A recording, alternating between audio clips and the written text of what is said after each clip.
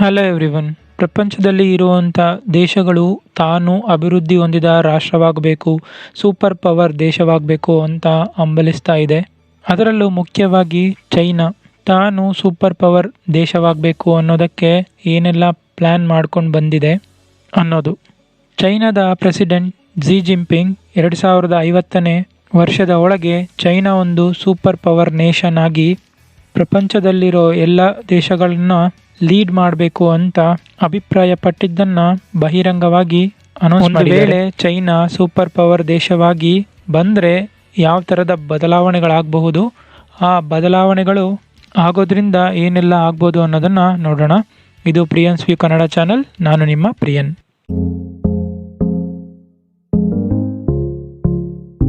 The rise of Africa. China ಒಂದು ವೇಳೆ super power ದೇಶವಾದರೆ ಆಫ್ರಿಕಾ ಖಂಡದಲ್ಲಿರುವಂತಹ ದೇಶಗಳು ಒಂದು ಶಕ್ತಿಶಾಲಿ ಬಲಿಷ್ಠ ರಾಷ್ಟ್ರಗಳಾಗಬಹುದು. ಈಗ ಚೈನಾವು ಆಫ್ರಿಕಾ ಖಂಡದಲ್ಲಿ ಅತಿ ದೊಡ್ಡ ಪಾತ್ರ ವಹಿಸ್ತಾ ಇದೆ. ಪ್ರಪಂಚದಲ್ಲಿನ ಬೇರೆ ರಾಷ್ಟ್ರಗಳಿಗಿಂತ ಚೈನಾವು ಆಫ್ರಿಕಾ ಖಂಡದಲ್ಲಿ ಇರುವಂಥ ದೇಶಗಳಿಗೆ ದೊಡ್ಡ ಮಟ್ಟದಲ್ಲಿ ಹೆಲ್ಪ್ ಮಾಡ್ತಾ ಇದೆ. ಚೈನಾ ಈಗಾಗಲೇ ಬಿಲಿಯನ್ ಲೆಕ್ಕದಲ್ಲಿ ಹಣವನ್ನು ಆಫ್ರಿಕಾದಲ್ಲಿ ಇನ್ವೆಸ್ಟ್ ಮಾಡಿದೆ. ಅದಿನ್ನೂ ಹೆಚ್ಚಾಗಬಹುದು. ಅಂದರೆ 2025ರಲ್ಲಿ $1 ಟ್ರಿಲಿಯನ್ ಆಗಿ ಇನ್ಕ್ರೀಸ್ ಆಗಬಹುದು ಅಂತ ಅಂದಾಜು ಮಾಡಲಾಗಿದೆ. ಯಾಕಂದರೆ ಅಲ್ಲಿನ ಕೆಲವು ದೇಶಗಳು ಸರ್ವಾಧಿಕಾರಿಗಳ ಕೆಳಗೆ ಇರೋದ್ರಿಂದ ವೆಸ್ಟರ್ನ್ ಕಂಟ್ರೀಸ್ ಯಾವು ಆಫ್ರಿಕಾದಲ್ಲಿ ದೊಡ್ಡ ಮಟ್ಟದಲ್ಲಿ ಇನ್ವೆಸ್ಟ್ ಮಾಡಲಿಕ್ಕೆ ಮುಂದೆ ಬರ್ತಿಲ್ಲ.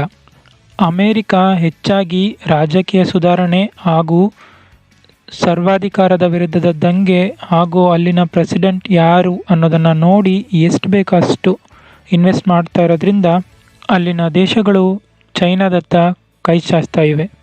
ಅದೇ ಥರ ಚೈನಾ ಹೆಲ್ಪ್ ಮಾಡ್ತಾ ಇರೋ ಹಣನ ಎಂತಕ್ಕಾಗಿ ಖರ್ಚು ಮಾಡ್ತಿದ್ದೀರಾ ಅನ್ನೋದನ್ನು ಕೇಳ್ತಾ ಇಲ್ಲ. ಕೆಟ್ಟ ಸರ್ವಾಧಿಕಾರದ ರಾಜಕಾರಣವಾಗಿದ್ದರೂ ಚೈನಾ ಸಂತೋಷವಾಗಿ ತನ್ನ ಹಣವನ್ನು ಕೊಡ್ತಾ ಇದೆ. ಆಫ್ರಿಕಾದಲ್ಲಿ ಇನ್ವೆಸ್ಟ್ ಮಾಡೋ ಒಂದೊಂದು ಡಾಲರ್ಗೂ 6 ಪಟ್ಟು ಹೆಚ್ಚು ಲಾಭ ಸಿಗುತ್ತೆ ಅಂತ ಚೈನಾ ಹೇಳ್ತಾ ಇದೆ. ಅಂದರೆ ಆಫ್ರಿಕಾ ದೇಶಗಳು ಚೈನಾದ ಜೊತೆ ಕ್ಲೋಸ್ ಟ್ರೇಡ್ ಪಾರ್ಟ್ನರ್ಸ್ಗಳಾಗಿವೆ. ಅದರಿಂದ ಚೈನಾ ಇನ್ವೆಸ್ಟ್ ಮಾಡೋ ಇನ್ವೆಸ್ಟ್ಮೆಂಟಿಗೆ ಬದಲಾಗಿ ಅಲ್ಲಿನ ಪ್ಲಾಟಿನಮ್, ಕೊಬಾಲ್ಟ್, ಮ್ಯಾಂಗನೀಸ್ ಹಾಗೂ ಯುರೇನಿಯಂಗಳನ್ನು ಅಲ್ಲಿರುವಂಥ ದೇಶಗಳು ಚೈನಾಗೆ ರಫ್ತು ಮಾಡ್ತಾ ಇದೆ. ಅದಲ್ಲದೆ ಯುನೈಟೆಡ್ ನೇಷನ್ಸ್ ಆರ್ಗನೈಸೇಷನ್ನಲ್ಲಿ ಆಫ್ರಿಕಾದ ದೇಶಗಳನ್ನು ತನ್ನ ವಿಶ್ವಾಸಕ್ಕೆ ತೆಗೆದುಕೊಂಡಿದೆ ಚೈನಾ. ಒಂದು ವೇಳೆ ಚೈನಾ ಸೂಪರ್ ಪವರ್ ನೇಷನ್ ಆದರೆ ಆಫ್ರಿಕಾದಲ್ಲಿರುವಂಥ ದೇಶಗಳು ಬಲಿಷ್ಠ ದೇಶಗಳಾಗಿ ಬದಲಾಗುತ್ತೆ. ಮತ್ತು ಅಲ್ಲಿನ ಸರ್ವಾಧಿಕಾರಿಗಳು ಮಾಡಿದ್ದೇ ರೂಲ್ಸ್ಗಳಾಗತ್ತೆ. ಇದರಿಂದಾಗಿ ಚೈನಾದ ಒಂದು ಇನ್ಫ್ಲೂಯೆನ್ಸಲ್ಲಿ ಒಂದು ಪ್ರಪಂಚವನ್ನು ನೋಡಿದ್ರೆ ಆಫ್ರಿಕಾದ ಇನ್ಫ್ಲೂಯೆನ್ಸಲ್ಲಿ ಇನ್ನೊಂದು ಪ್ರಪಂಚವನ್ನು ನೋಡ್ಬೋದು. America slumps into a depression. ಪ್ರಪಂಚದ ದೊಡ್ಡ ಸೂಪರ್ ಪವರ್ ಆಗಿದ್ದು ಆ ಸ್ಥಾನವನ್ನು ಕಳೆದುಕೊಂಡ ಮೇಲೆ ಅಮೇರಿಕಾಗೆ ಎಫೆಕ್ಟ್ ಆಗುತ್ತೆ. ಅದಲ್ಲದೆ ಅದರ ಅಷ್ಟು ದೊಡ್ಡ ಎಕಾನಮಿ ಬಿದ್ದು ಹೋಗೋ ಚಾನ್ಸಸ್ ಇದೆ. ಈಗ ಅಮೇರಿಕಾ ದೊಡ್ಡ ಎಕಾನಮಿ ಜೊತೆಗೆ ಸೂಪರ್ ಪವರ್ ಆಗಿರೋದಕ್ಕೆ ಕಾರಣ ಅದರ ಕರೆನ್ಸಿ ಡಾಲರ್. ಎಲ್ಲ ಇಂಟರ್ನ್ಯಾಷನಲ್ ಟ್ರೇಡ್ಗಳಿಗೂ ಇದೇ ಡಾಲರನ್ನು ಯೂಸ್ ಮಾಡಲಾಗುತ್ತೆ. ಸೊ ಈ ಡಾಲರ್ಗೆ ಯಾವಾಗಲೂ ವ್ಯಾಲ್ಯೂ ಇರೋದ್ರಿಂದ ಈ ಕರೆನ್ಸಿ ಅಮೇರಿಕಾದ ಒಂದು ಸ್ಟೇಬಲ್ ಎಕಾನಮಿಯನ್ನು ಮೇಂಟೈನ್ ಮಾಡ್ತಾ ಇದೆ. ಇದರಿಂದಾಗಿ ಚೈನಾ ಅಮೇರಿಕಾದ ಡಾಲರನ್ನು ಇಂಟರ್ನ್ಯಾಷನಲ್ ಟ್ರೇಡ್ನಿಂದ ತೆಗೆದುಹಾಕಲಿಕ್ಕೆ ಅತಿಯಾದ ಇಂಟ್ರೆಸ್ಟ್ ತೋರಿಸ್ತಾ ಇದೆ. ಇಂಟರ್ನ್ಯಾಷನಲ್ ಟ್ರೇಡ್ಗಳಲ್ಲಿ ಅಮೇರಿಕಾದ ಡಾಲರ್ಗಳ ಬದಲಾಗಿ ತನ್ನ ಯುವಾನ್ ಇರಬೇಕು ಅನ್ನೋದನ್ನು ಓಪನ್ ಆಗಿ ಚೀನಾ ಹೇಳ್ಕೊಂಡಿದೆ. ಈ ಪ್ಲ್ಯಾನ್ ಏನಾದರೂ ಎಕ್ಸಿಕ್ಯೂಟ್ ಆದರೆ ಡಾಲರ್ನ ವ್ಯಾಲ್ಯೂ ಪಾತಾಳಕ್ಕೆ ಹೋಗಿ ಅಮೇರಿಕಾದ ಎಕನಾಮಿಗೆ ಹೊಡೆತ ಬೀಳುತ್ತೆ. ಹೀಗೆ ಏನಾದರೂ ಆದರೆ ಅಮೇರಿಕಾ ಸೃಷ್ಟಿ ಮಾಡ್ತಾ ಇರುವಂತಹ ಆದಾಯ ಒಂದು ರಾತ್ರಿಯಲ್ಲಿ 2% ಕಳೆದುಕೊಂಡು ಇಂಪೋರ್ಟ್ ಕಾಸ್ಟ್ ಜಾಸ್ತಿಯಾಗಿ ಎಕ್ಸ್ಪೋರ್ಟ್ ಕಾಸ್ಟ್ ಕಮ್ಮಿಯಾಗಿ ಲಕ್ಷಾಂತರ ಜನದ ಕೆಲಸ ಕಳೆದುಕೊಂಡು ಎಲ್ಲದಕ್ಕೂ ಮೇಲಾಗಿ ಆಫ್ರಿಕಾದತ್ರ ಹೆಲ್ಪ್ ಕೇಳೋವಂಥ ಸಿಚುವೇಶನ್ ಬರಬಹುದು. ಇಂಟರ್ಫಿಯರ್ಸ್ ಇನ್ ಎಜುಕೇಷನ್. ಸಾಲ ಮತ್ತು ಹೆಲ್ಪ್ ಅನ್ನೋ ಮೂಲಕ ಬಡ ಹಾಗೂ ಬೆಳೆಯುತ್ತಿರುವ ದೇಶಗಳನ್ನು ತನ್ನ ಆಟಕ್ಕೆ ಕುಣಿಯುವ ಹಾಗೆ ಬದಲಾಯಿಸಿರುವ ಚೈನಾ ಬೇರೆ ದೇಶಗಳಲ್ಲಿ ತನ್ನ ಕಮ್ಯುನಿಸಮ್ ಸಿದ್ಧಾಂತಗಳನ್ನು ಸ್ಪ್ರೆಡ್ ಮಾಡ್ತಾ ಇದೆ. ಆ ಪ್ರಯತ್ನದಲ್ಲಿ ಒಂದು ಭಾಗವಾಗಿ ತನ್ನ ದೇಶದಲ್ಲಿರುವಂತಹ ಸ್ಕೂಲ್ಗಳಿಗೆ ಮತ್ತು ಯೂನಿವರ್ಸಿಟಿಗಳಿಗೆ ಇಂಟರ್ನ್ಯಾಷನಲ್ ಸ್ಟೂಡೆಂಟ್ಸ್ಗಳನ್ನು ಬರಮಾಡ್ಕೊಳ್ತಾ ಇದೆ. ಅಮೇರಿಕಾ ಮತ್ತು ಇಂಗ್ಲೆಂಡ್ಗಳಿಗಿಂತ ಅತಿಯಾದ ಆಫ್ರಿಕನ್ ಸ್ಟೂಡೆಂಟ್ಸ್ಗಳನ್ನು ಚೈನಾ ಕರೆಸ್ಕೊಂಡು ಅಲ್ಲಿ ಎಜುಕೇಷನ್ ಕೊಡ್ತಾ ಇದೆ. ಅದರಲ್ಲೂ ಅತಿಯಾಗಿ ಪೊಲಿಟಿಕಲ್ ಸೈನ್ಸ್ಲಿ ಕುತೂಹಲ ಇರುವಂಥ ವಿದ್ಯಾರ್ಥಿಗಳನ್ನು ಫಸ್ಟ್ ಪ್ರಿಫರೆನ್ಸ್ ಕೊಟ್ಟು ತನ್ನ ಕಮ್ಯುನಿಸಮ್ ಸಿದ್ಧಾಂತಗಳನ್ನು ಹೇಳಿಕೊಡಲಾಗತ್ತೆ. ಅದರಲ್ಲೂ ಸರ್ಕಾರದಿಂದ ಅನುಮೋದಿಸಿದಂತಹ ಸಿದ್ಧಾಂತಗಳನ್ನು ಹೇಳಿಕೊಡಲಾಗುತ್ತೆ. ಒಂದು ವೇಳೆ ಚೈನಾ ಸೂಪರ್ ಪವರ್ ಆಗಿ ಬಂದರೆ ಇದನ್ನು ಪ್ರಪಂಚಾದ್ಯಂತ ಎಕ್ಸ್ಪ್ಯಾಂಡ್ ಮಾಡಬಹುದು.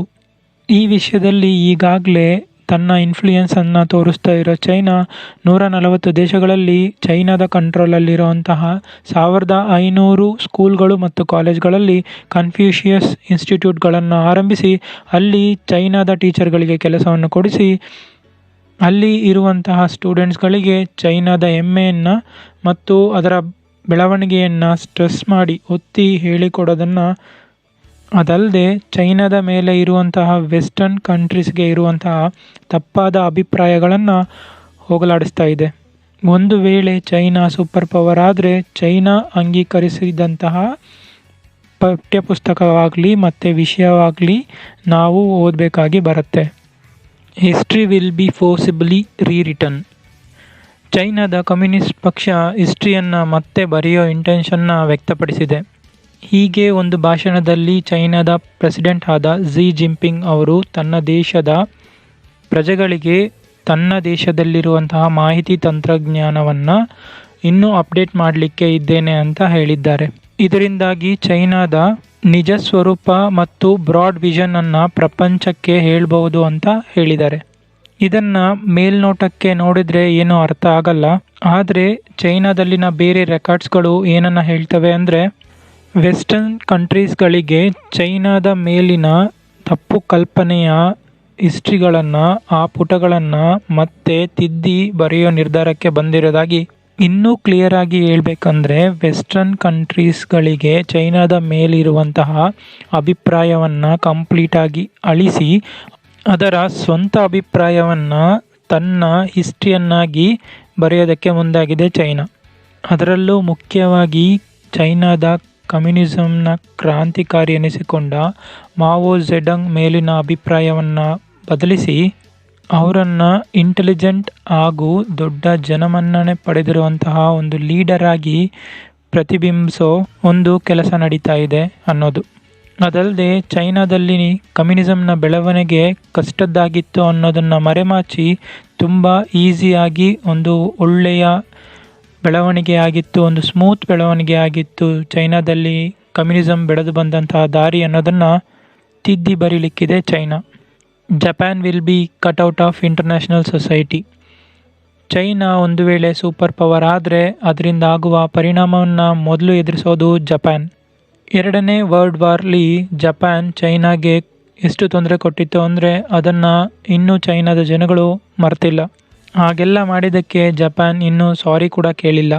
ಜಪಾನ್ ಆಗಿನ ನಡೆ ಚೈನಾದ ಪ್ರಚಾರಗಳಲ್ಲಿ ಈಗ ಕೂಡ ಕಾಣಸಿಗುತ್ತೆ.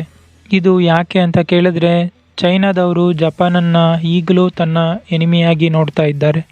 ಅದಲ್ಲದೆ ಚೈನಾ ಮತ್ತು ಜಪಾನ್ ಮಧ್ಯೆ ಇಲ್ಲಿ ತನಕ ನಡೆದ ಕಾದಾಟದಲ್ಲಿ ಜಪಾನ್ ಎಂದಿಗೂ ಹಿಂದೆ ಸರಿದಿಲ್ಲ.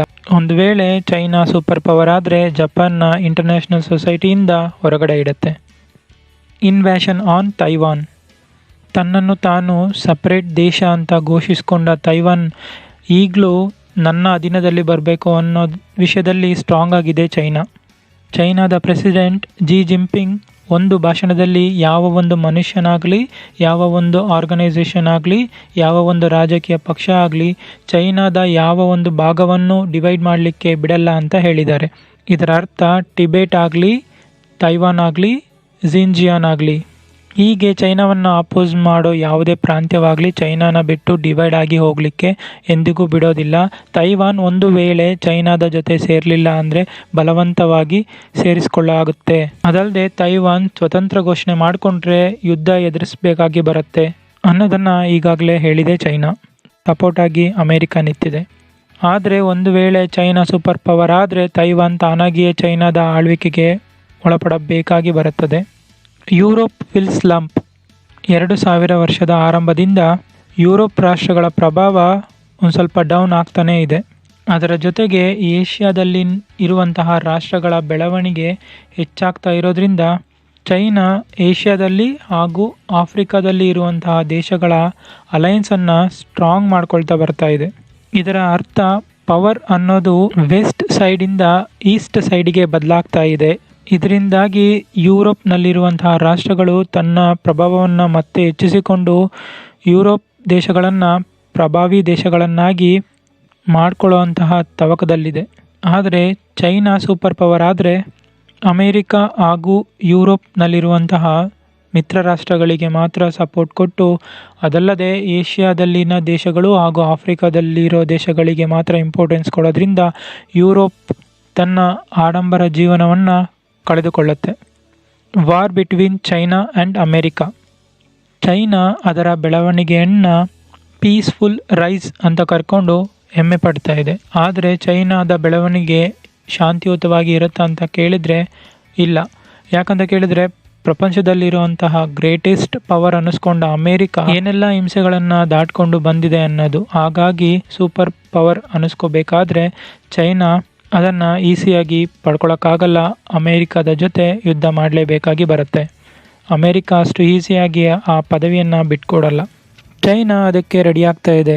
ಝಿ ಜಿನ್ಪಿಂಗ್ ಅವರ ವಿಷನ್ನ ಪ್ರಕಾರ 2050 ಒಳಗೆ ವರ್ಲ್ಡ್ ಕ್ಲಾಸ್ ಆ ಆರ್ಮಿಯ ಮುಂದೆ ಅಮೇರಿಕಾ ಬಂದರೂ ಸೋತು ಓಡೋಗಬೇಕು ಅನ್ನೋದಾಗಿದೆ. ಟೋಟಲಿ ಇದರ ಅರ್ಥ 2050ರಲ್ಲಿ ಅಮೇರಿಕಾವನ್ನು ಎಕನಾಮಿಕಲಿ ಹಾಗೂ ಆರ್ಮಿಯಿಂದ ಸೋಲಿಸಿ ಅದರ ಪದವಿಯನ್ನು ಕಸಿದುಕೊಳ್ಬೇಕು ಅನ್ನೋ ಉದ್ದೇಶವಾಗಿದೆ. ಇದಕ್ಕೆ ಪುಷ್ಟಿ ಕೊಡೋ ಹಾಗೆ ಈಗಾಗಲೇ ಚೈನಾ ಮತ್ತು ಅಮೇರಿಕಾದ ನಡುವೆ ಪೊಲಿಟಿಕಲಿ ಮತ್ತು ಟ್ರೇಡ್ ಅಲ್ಲಿ ಫೈಟ್ ಸ್ಟಾರ್ಟ್ ಆಗಿದೆ. ಇದು ಹೊಸ ಕೋಲ್ಡ್ ವಾರ್ಗೆ ದಾರಿ ಮಾಡಿ ಆ ಕೋಲ್ಡ್ ವಾರ್ ಪೀಕ್ಗೆ ಹೋಗಿ ಅಮೇರಿಕಾ ಮತ್ತು ಚೈನಾದ ನಡುವೆ ಒಂದು ದೊಡ್ಡ ಹಿಂಸಾಚಾರಕ್ಕೆ ತಿರುಗಿ ಯಾವುದೋ ಒಂದು ದೇಶಕ್ಕೆ ಸೂಪರ್ ಪವರ್ ನೇಷನ್ ಅನ್ನೋ ಪದವಿ ಸಿಗತ್ತೆ. ಈ ವಿಡಿಯೋ ನಿಮಗಿಷ್ಟ ಆಗಿದ್ರೆ ಲೈಕ್ ಮಾಡಿ, ಶೇರ್ ಮಾಡಿ, ಕಮೆಂಟ್ ಮಾಡಿ. ದಯವಿಟ್ಟು ಸಬ್ಸ್ಕ್ರೈಬ್ ಮಾಡಿಕೊಂಡು ಬೆಲ್ ಬಟನ್ನ ಒತ್ತಿ ಆಲಲ್ಲಿ ಇಟ್ಕೊಳ್ಳಿ. ಆವಾಗಷ್ಟೇ ನಾನು ಪೋಸ್ಟ್ ಮಾಡೋ ಒಂದೊಂದು ವಿಡಿಯೋನೂ ನಿಮಗೆ ನೋಟಿಫಿಕೇಷನ್ ಆಗಿ ಬರುತ್ತೆ. Thank you.